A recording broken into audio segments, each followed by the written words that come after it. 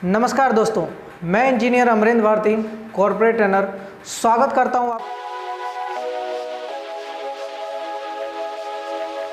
आज का हमारा पहला क्वेश्चन जो है, what should be the pH of water in construction. हम जो कंस्ट्रक्शन साइट पे जो पानी यूज करते हैं उसके नॉमिनल मिक्स के लिए या फिर उसके क्यूरिंग के लिए, तो उसका पीएच वैल्यू क्या होना चाहिए। ये बेसिक क्वेश्चन है, इसका आंसर है नॉट लेस देन 6। जो हम लोग पानी पीने के लिए यूज़ करते हैं उसके बराबर का अप्रॉक्स में पीएच वैल्यू होना चाहिए।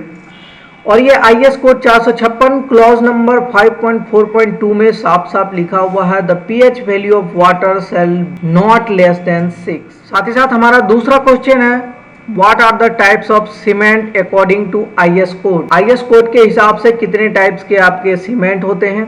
तो आईएस 456/2000 के हिसाब से आपका जो सीमेंट की कैटेगराइज है वो कुछ इस तरीके से है। वो आपका क्लाउज नंबर 5.1 में दिया हुआ है, जिसमें कि सबसे पहले आपका 33 ग्रेड, 43 ग्रेड, 53 ग्रेड के बारे में है कि आपका जो पहला 33 ग्रेड पोर्टलैंड सीमेंट जो कि IS 269 से आता है। 43 ग्रेड के बारे में आपको पता चल रहा है IS 8112 से, और 53 ग्रेड के बारे में है 12269। साथ ही साथ जो हमारा नेक्स्ट है रैपिड हार्डनिंग पोर्टलैंड सीमेंट, ये आपको बता रहा है IS 8041 से। नेक्स्ट पोर्टलैंड स्लैग सीमेंट, ये IS 455। नेक्स्ट है पोर्टलैंड स्लैग सीमेंट जो कि आपको बताता है IS 455 में। नेक्स्ट पोर्टलैंड पोजोलाना सीमेंट, ये आपका IS 1489। पोर्टलैंड पोजोलाना सीमेंट जो कि आपका IS 1489 में बताता है।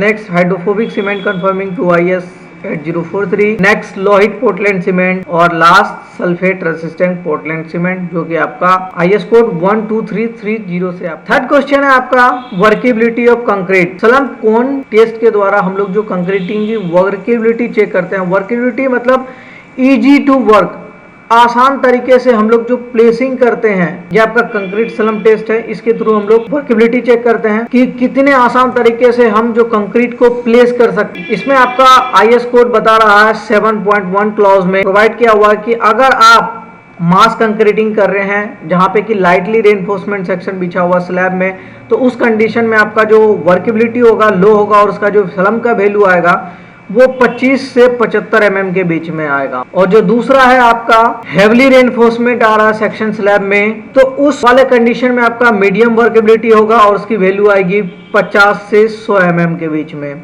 और वहीं पे आपका बीम्स आएगा, वॉल आएगा, कॉलम्स आएगा, उसमें मीडियम वर्केबिलिटी होगा और उसकी जो वैल्यू आएगी आपका 75 mm से लेके 100 mm तक। और साथ ही साथ जहाँ पे आपका ट्रेंच फिलिंग होगा उस पे कंक्रीटिंग जो होगा वो आपका हाई होगा और उसकी वैल्यू आएगी आपकी 100 mm से लेके 150 mm तक। नेक्स्ट आपका है maximum cement we can use per metre cube concrete. मतलब 1 मीटर कंक्रीट आप तैयार करते हैं तो उसमें मैक्सिमम अमाउंट ऑफ कितने केजी का सीमेंट आप उसमें ले सकते हैं, ये आपको IS कोड बताता है 456/2000। क्लाउज नंबर 8.2.4.2 पे मैक्सिमम कंटेंट दिया हुआ है आपका एक्सेस ऑफ 450 kg पर मीटर क्यूब, मतलब 450 kg से ज़्यादा आपका 1 मीटर क्यूब कंक्रीट नहीं होना चाहिए। नेक्स्ट फिफ्थ क्वेश्चन जो है हमारा प्रोपोर्शन ऑफ नॉमिनल मिक्स के बारे में है कि हम लोग जो नॉमिनल मिक्स बनाते हैं उसका क्या प्रोपोर्शन आपको बताता है IS कोड। तो ये आपका मिलता है IS कोड 456/2000 के टेबल नंबर 9 में, जहां पे कि आपका दिया हुआ है on the basis of cement के मास के आधार पे, मतलब 50 kg का बैग है सीमेंट का, उसके आधार पे जो आप फाइन कोर्स और कोर्स एग्रीगेट यूज कर रहे हैं उसका वैल्यू कितना आएगा। अगर आप M5 के लिए कर रहे हैं तो इसका जो वेट आएगा 800 kg आएगा, फाइन कोर्स और साथ ही साथ कोर्स एग्रीगेट इन दोनों का। इसी तरीके से M7.5 के लिए 625 kg, M10 के लिए 480 kg, M15 के लिए 330 kg, M20 के लिए 250 kg। साथ ही साथ इसमें आपका वाटर का क्वांटिटी भी दिया हुआ है कि 50 kg सीमेंट है उसके लिए आपको कितना अमाउंट में वाटर लगेगा।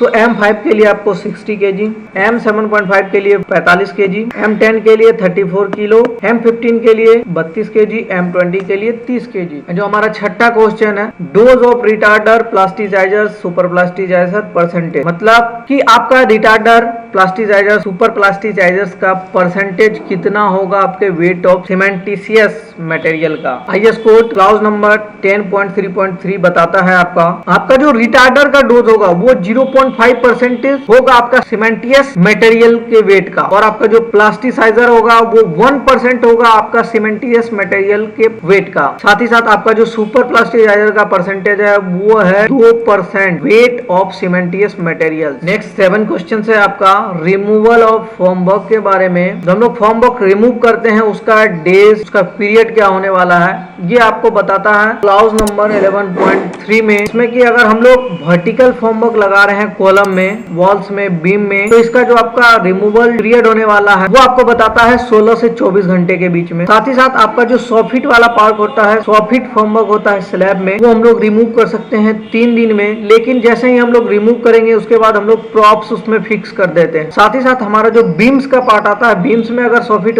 मूव करना है तो 7 दिन के बाद हम लोग मूव करते हैं। मूव करने के बाद हम लोग को प्रॉप फिक्स कर देना है उसके नीचे। साथ ही साथ जो स्लैब्स का बात करेंगे, अगर हमारा स्लैब में जो उसका स्पान का लेंथ 4.5 मीटर होगा तो उसका रिमूवल पीरियड होता है 7 days.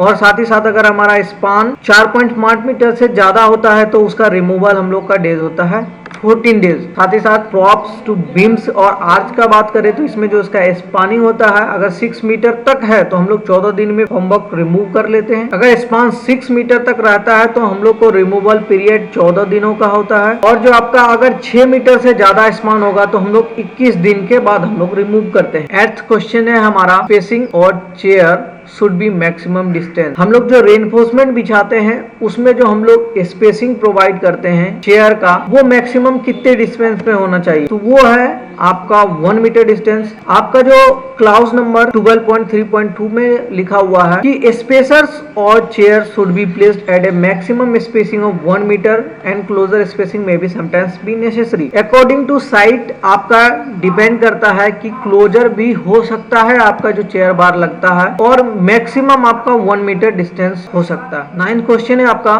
Maximum permissible free fall concrete height. जो हम लोग कंक्रीट प्रोवाइड करते हैं उसका मैक्सिमम हाइट क्या है? आंसर आपका 1.5 मीटर है। मतलब जो आप लोग कंक्रीटिंग यहाँ प्रोवाइड कर रहे हैं उसका आपको कितना हाइट से आप लोग प्रोवाइड करते हैं आपको आईएस कोड बताता है। यहाँ पे the maximum permissible free fall of concrete may be taken as 1.5 metre. Next आपका 10th क्वेश्चन है dia of tremie pipe should not be less than. आप जो कंक्रीटिंग पोरिंग करते हैं उसमें जो ट्रिमी पाइप यूज होता है उसका डाया कितना होना चाहिए, तो आंसर है आपका 200 mm। जो ट्रिमी पेयर है जहाँ पे हम लोग कंक्रीट पोरिंग करते हैं उसके बारे में आईएस कोड आपका 14.2.4 क्लाउज में बताया हुआ है कि आपका जो tremie pipe shall be not be less than 200 mm in dia. तो ये था आज का हमारा कुछ बेसिक ऑब्जेक्टिव क्वेश्चंस जो कि एक सिविल इंजीनियर को पता होना चाहिए। आशा करता हूँ आपको ये सारी चीज अच्छे तरीके से समझ में आ गई होंगी। करना है कुछ खास तो चलो हमारे साथ सिविल की बात गुरुजी के साथ। तो मिलते हैं अगले वीडियो में, तब तक के लिए धन्यवाद। जय हिंद, जय भारत।